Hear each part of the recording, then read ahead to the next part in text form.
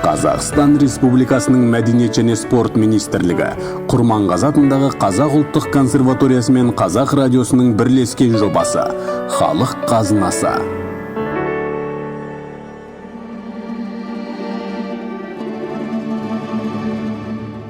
Армысыз ардақты ағайын, құрметті радио тыңдарман, сіздермен бірге мен Ұлжан Байбосынова, Қазақстанның еңбек сіңірген қайраткері, Құрманғазы атындағы Қазақ ұлттық консерваториясының ұстазы, жыршы. Сыр елі, жыр елі деген ел ішінде сақталған қанатты сөз бар. Сыр бойындағы жыраулық, жыршылық өнер ғасырлар бойы сақталып, ұрпақтан ұрпаққа, атадан балаға, ұстаздан шәкіртке жалғасын тауып келеді. Сырдың бойында бұл күнде қазаққа аты мәшһүр талай ақын шайырлар мен жырауларды көптеп атауға болады. Атап айтар болсақ, Балқы Базар жырау, Ешнияз Сал, Кете Жүсіп, Жиенбай жырау, Шораяқтың Омары, Тұрмағанбет. Сырдың бойындағы осындай ақын шайырлар мен жыраулардың соңында мол мұра қалды. Бұл күнде сыр бойының жыраулық, жыршылық өнері үзілмей, жалғасын тауып, ұрпақтар аузында сақталып, кеңінен насихатталумен келеді. Ақын жыраулар мұрасы қазақ халқының тарихымен астасып жатқан баршамыз жақсы білеміз. Қазақ өзінің тарихында талай заман, талай сын сағаттарын басынан кешіргені мәлім. Ақын жыраулар шығармашылығынан танып білеріміз қазақтың басынан өткен небір нәубет күндер, жақсылығы мен жамандығы, қайғысы мен мұңы, қуанышы мен қайырлы күндері.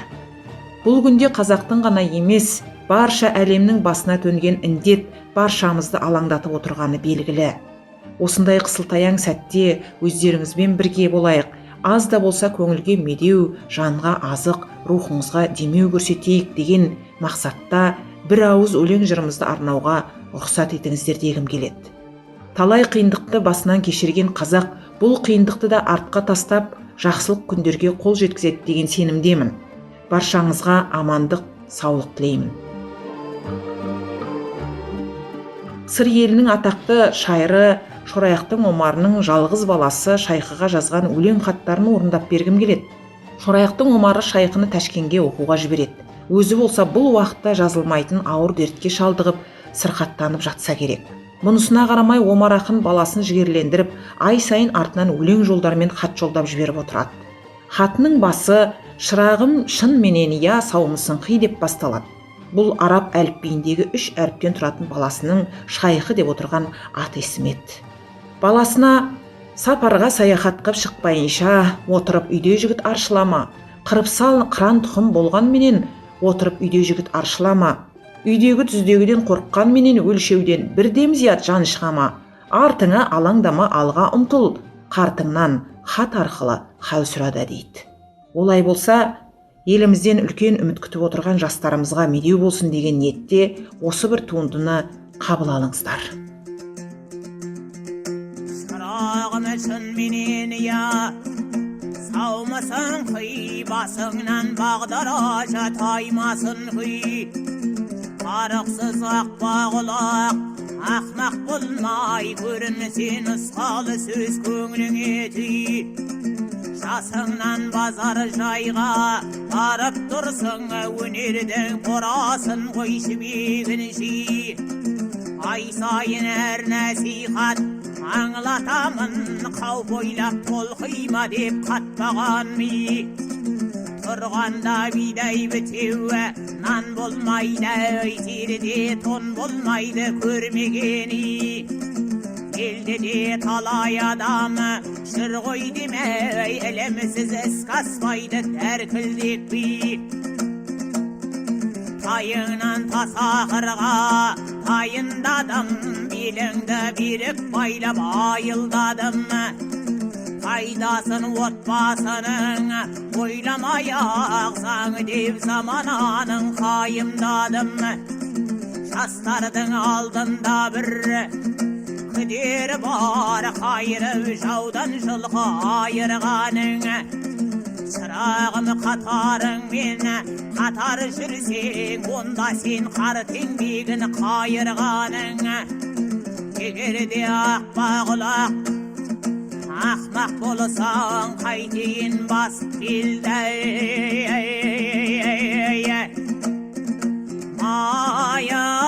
Майарғаның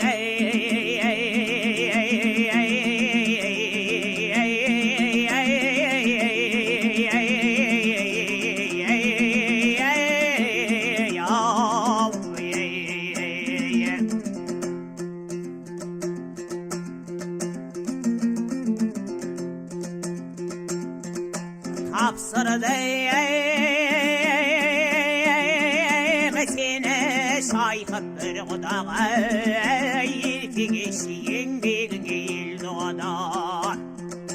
7 жылы сейпілмәлікте дария кешкен талаппен табылады әр мүддаға.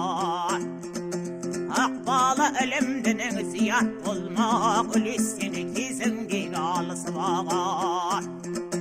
Қарайсыз қадамыңды қатарыңа атыңды қалыптан қамшылама.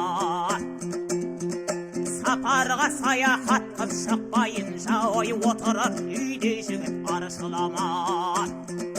Қарап салқыран тұқым болған менен бауаштас баулық көрмей қаршығадар. Үйдегі түздегіден қорққан менен өлшеуден бірдем зият жан шығама. Артыңа алаңдама алға ұмтыл, қартыңнан қатар қылай қалсырады.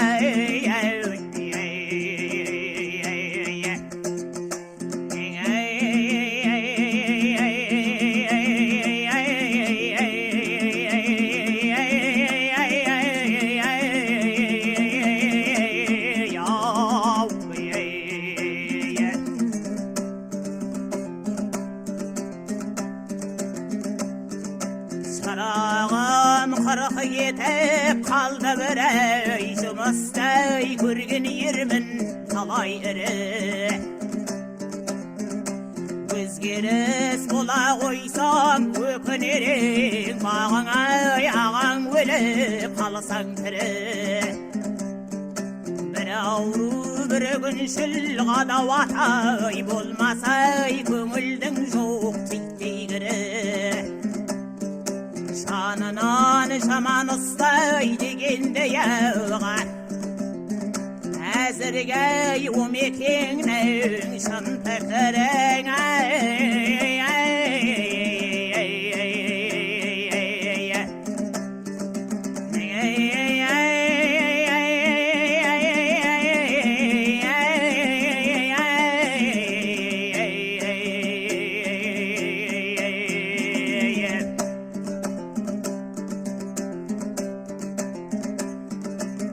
Айқышан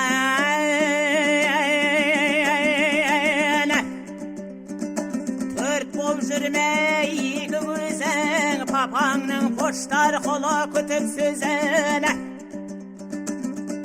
Туралық тәуекелден мәслихат жоқ, таза жүр тәрбиялау өзің-өзің.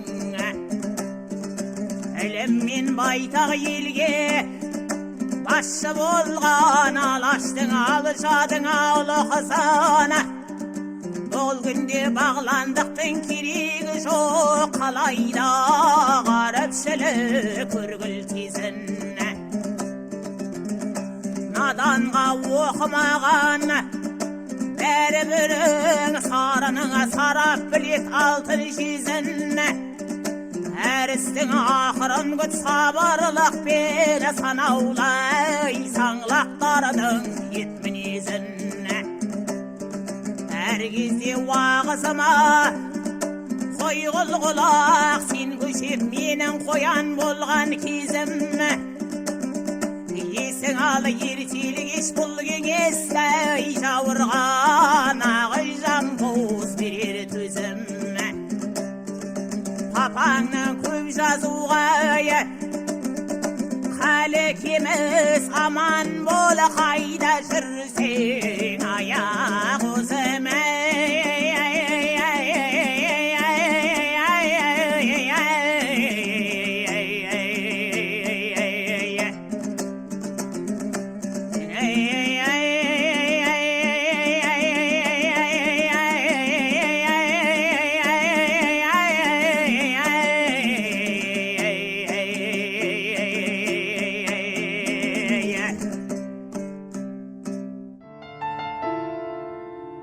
Ұлттың рухы ұлт музыкасында.